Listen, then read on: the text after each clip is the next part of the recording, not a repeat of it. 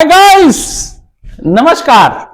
देखिए मैं आपके सामने एक बार फिर उपस्थित हुआ हूं मैथमेटिक्स को लेकर। ध्यान देना, मैथमेटिक्स में देखिए अर्थमेटिक प्रोग्रेशन यानी कि आपको जो है सीरीज यानी ये समांतर जो सीरीज होती है, श्रेणी होती है, समांतर श्रेणी, उसको लेकर मैं आया हूं। इस टाइप का क्वेश्चन देखिए इस बार आ रहा है एग्जाम में, UP board as well as Bihar board as well as CBSE board basic. ध्यान देना, देखिए इस टाइप का क्वेश्चन जब भी आए तो आपको करना क्या है। देखिए लड़के ये नहीं समझ पाते कि एन और एन में क्या है। जब पूछेगा ए यानी कि एनवा पद निकालिए, एनवा एनथ यानी टीएच, तब आपको एन निकालना है। और अगर पूछेगा कौन सा टर्म विस्ट कह रहा है, देखिए क्वेश्चन देखिए क्या कर रहा है, कह रहा है which term is 78 in the series. ये इस सीरीज में कौन सा टर्म 78 है। तो टर्म जब पूछेगा कौन सा तो वो हो जाएगा एन, एन आपको निकालना पड़ेगा और ये 78 जो है एन हो जाएगा। और टीएच करके रहेगा तब आपको एन करके निकालना पड़ेगा। यही में कंफ्यूजन बहुत ज्यादा होता है बच्चों को। बच्चे कंफ्यूज हो जाते हैं कि how to write how to differentiate between N और N. Now look at blackboard, concentrate your mind and follow the rules of arithmetic progression. now देखिए ये क्या लिखोगे, an is equal to formula क्या होता है, a plus n minus one into d. अब d क्या है, d जो है कॉमन डिफरेंस है जिसको सर्वांतर कहते हैं हिंदी में, सर्वांतर। d क्या होता है, d जो है इसे निकाल लीजिए पीछे वाले टर्म से, इसको माइनस कर दीजिए बढ़ते क्रम में, तो इसका मतलब कि वो प्लस में होगा। ध्यान देना, जब भी बढ़ते क्रम में रहेगा वो प्लस में रहेगा, यानी कि अब कितने का गैप है वही डी होता है। देखिए 5 का, 3 5 8 8 5 13 13 5 18, यानी डी हो जाएगा 5।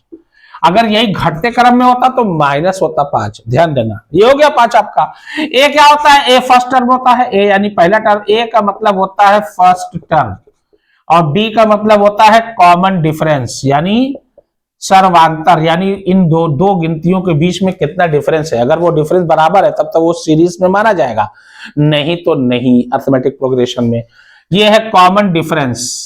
अब देखिए हमको निकालना क्या है, हमको निकालना है कि कौन सा पद, विच टर्म, कौन सा पद यानी एन, एन निकालना है।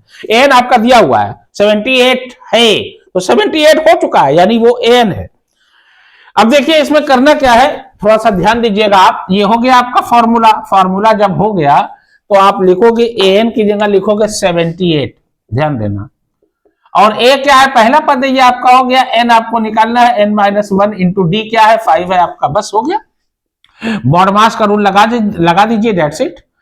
5 में एन से किया 5 एन, अब 5 बन जा 5 यानी -5 प्लस -5, अंदर दो टर्म है।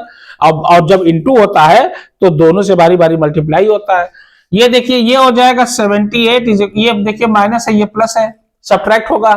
गिनती वाला गिनती से, एन वाला मत कर देना, नंबर वाला नंबर से, अगर लेटर है तो लेटर वाला। एन तो अकेला है, वो किसी से नहीं होगा, ना ऐड ना सब्ट्रैक्ट।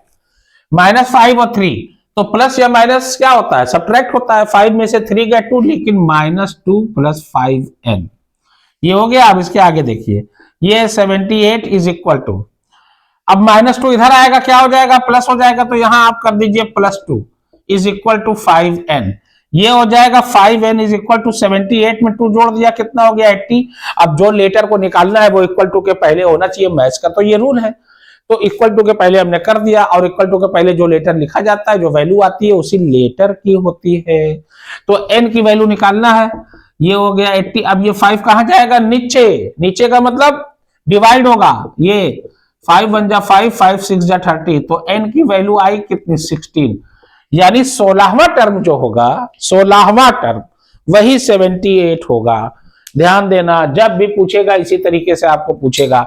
नाउ नेक्स्ट क्वेश्चन, अगला क्वेश्चन इसी प्रकार से आपको करते रहना है, दैट्स इट। देखिए अगला क्वेश्चन, देखिए इसी टाइप का क्वेश्चन आपके एग्जाम में इस बार आ रहा है, आना है 100% आना है। अगर नहीं आया तब कहना आप, और तब उसके बाद जो है आप हमको जो कहना चाहते हो आप कह सकते हो, है ना। ध्यान देना, अब देखिए क्या कह रहा है, अब कह रहा है कि सीरीज, अब देखिए यहां फिर देखिए मामला फंसा, सीरीज 11 8 5 2, 11 8 5 2, अब देखिए घटते क्रम में है 5 2। कह रहा है कि इसमें से एक टर्म जो है क्या है, -150 है, -150 है। अब देखते हैं क्या है, ठीक है ना। अब देखो इस पे ध्यान दीजिए, एक टर्म जो है -50 है y, -50 -150 है y।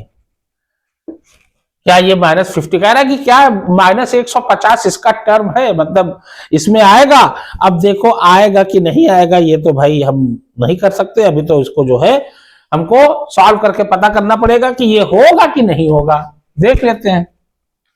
देखिए ये आ गया, ये an है, an है, ध्यान देना। ये देखिए an is equal to a plus n minus 1 into d. an है -150। पहला पद होता है 11, पहला पद a होता है, वही पहला पद होता है, वो पहला पद a होता है, पहला टर्म n -1 और d कितना है, देखिए घटते क्रम में 3 का डिफरेंस है, -3 लगा दीजिए। अगर ना समझ में आए तो ये होता है d2 माइनस d1। d2 ये देखिए d1 है, ये d2 है, ये d3 है और ये d4 है।